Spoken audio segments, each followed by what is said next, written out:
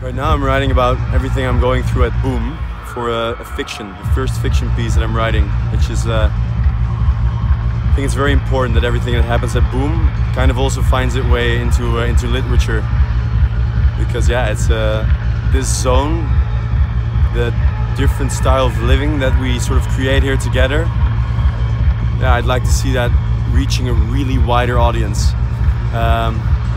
So every time I'm going through something that I feel, wow, this touches me somewhere, this is a new experience, I grab my notebook, I try to stay in that experience and write. So dance and write while dancing, play didgeridoo, and when the song's done, like da da da da, write something down. When I see some interaction between people and it's beautiful, I just write it down. And yeah, and I've been writing for 7 years on my first book, and so and this is different here.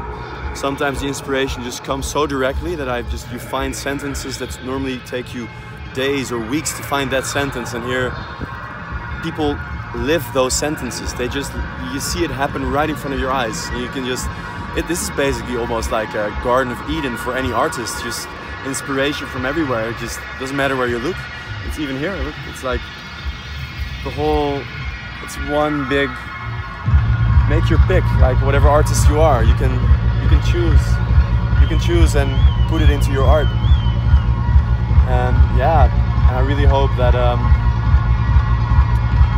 I can gather all these nice boom berries and put them in one book and then offer that book to the world, because I think many people live urbanized lives, which are fine, but there is an alternative, and it's really good to dip into the alternative every now and then. And I think almost as for humanity, it would be very healthy for all of us if we would dip into different kinds of zones a bit more often, that you break free from what you considered the norm, your 9-to-5 job, you're this, you're that, and just be somewhere else and experience how things can be if enough people gather in a certain vibe and share with each other in a manner of love and kindness and playfulness and curiosity, which is one of the main virtues, curiosity, if not the prime virtue. And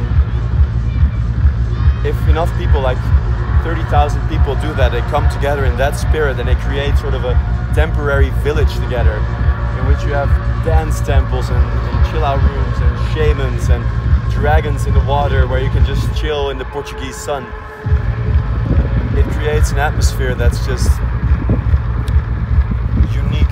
You don't very alive. It lives on with all the people that come here. So if I can spark that kind of curiosity to these kinds of temporal, autonomous cultural zones, if I can spark that in a book and let people have a taste of what happens in those tantric workshops in the being area, what happens in sound journeys, what happens in a dance temple when there's some psytrance DJs just spitting out his beats.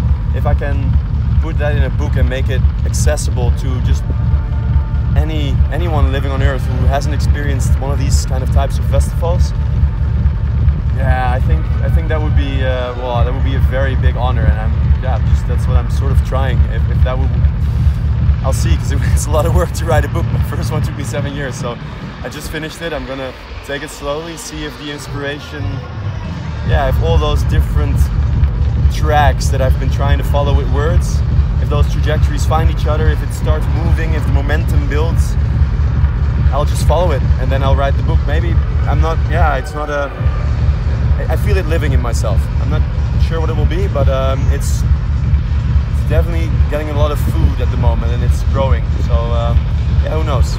Maybe. And I wish an amazing boom to everyone, and also to everyone who's yet to come. It's a great place to be. Aho.